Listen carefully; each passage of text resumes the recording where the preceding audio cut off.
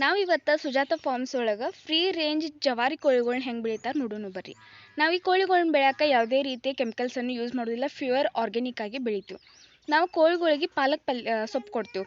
ಪಾಲಕ್ ಸೊಪ್ಪನ್ನೇ ಎದಕ್ಕೆ ಕೊಡ್ತೀವಿ ಅಂದ್ರೆ ಪಾಲಕ್ ಸೊಪ್ಪು ಒಳಗೆ ವಿಟಮಿನ್ಸ್ ಎ, ಸಿ ಮತ್ತು ಕೆ ಇರುತ್ತೆ. ಇದ್ರೊಳಗೆ ಮಿನರಲ್ಸೂ ಇರ್ತಾವೆ, ಅಂದರೆ ಐರನ್ ಮತ್ತು ಕ್ಯಾಲ್ಸಿಯಂ ಇರುತ್ತೆ. ಈ ಐರನ್ ಮತ್ತು ಕ್ಯಾಲ್ಸಿಯಂ ಇರೋದ್ರಿಂದ ಎಗ್ ಶೆಲ್ ಇರುತ್ತಲ್ಲ ಅದು ಭಾಳ ಚಲೋ ಬೆಳಿತೈತಿ. ಅದಕ್ಕೆ ನಾವು ಇದನ್ನ ಕೊಡ್ತೀವಿ.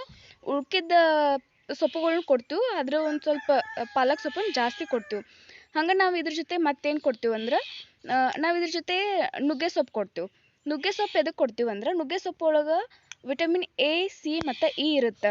ಇದರಿಂದ ಮೀಟ್ ಕ್ವಾಲಿಟಿ ಭಾಳ ಚಲೋ ಬರುತ್ತೆ. ಹಂಗೆ ಇದ್ರೊಳಗೆ ಮಿನರಲ್ಸ್, ಕ್ಯಾಲ್ಸಿಯಮ್, ಐರನ್ ಮತ್ತು ಮೆಗ್ನೀಷಿಯಮ್ ಇರುತ್ತೆ. ಇದರಿಂದ ಕೋಳಿಗಳು ಭಾಳ ಆರೋಗ್ಯಯುತವಾಗಿ ಬೆಳಿತಾವೆ. ನುಗ್ಗೆ ಸೊಪ್ಪು ತಿನ್ನೋದ್ರಿಂದ ಕೋಳಿಗಳ ಇಮ್ಯುನಿಟಿ ಶಕ್ತಿ ಜಾಸ್ತಿ ಆಗುತ್ತೆ. ಇದರಿಂದ ಯಾವುದೇ ರೀತಿಯ ಕೋಳಿಗಳಿಗೆ ಬರೋದಿಲ್ಲ. ನಾವು ಹಂಗೆ ಇದಕ್ಕೆ ಅಕ್ಕಿ ಕೊಡ್ತೀವಿ. ಅಕ್ಕಿಯಿಂದ ಎನರ್ಜಿ, ಪ್ರೋಟೀನ್ ಮತ್ತು ಫೈಬರ್ ಸಿಗುತ್ತೆ. ಹಂಗೆ ನಾವು ಇದಕ್ಕೆ ಗೋಧಿ ಕೊಡ್ತೀವಿ. ಗೋಧಿಯಿಂದ ಇದ್ರ ಇಮ್ಯುನಿಟಿ ಶಕ್ತಿ ಮತ್ತು ಜಾಸ್ತಿ ಆಗುತ್ತೆ ಮತ್ತು ಎನರ್ಜಿನೂ ಸಿಗುತ್ತೆ. ನಾವು ಹಿಂಗೆ ಆರ್ಗ್ಯಾನಿಕ್ ಆಗಿ ಬೆಳೆದಂಥ ಕೋಳಿಯಿಂದ ನೋಡ್ರಿ ಎಷ್ಟು ಆರೋಗ್ಯಯುತವಾದ ಮೊಟ್ಟೆಗಳು ಅದಾವು. ಪ್ರತಿಯೊಂದು ಮೊಟ್ಟೆನೂ ಅಪ್ರಾಕ್ಸಿಮೇಟ್ಲಿ 60 ಗ್ರಾಮ್ ಅದಾವು. ಇಂಥವು ವಿಡಿಯೋ ಇನ್ನಷ್ಟು ಬೇಕಾದ್ರೆ ಎಲ್ಲರೂ ಸಬ್ಸ್ಕ್ರೈಬ್ ಮಾಡಿರಿ, ಹಂಗೆ ಶೇರ್ ಮಾಡಿರಿ.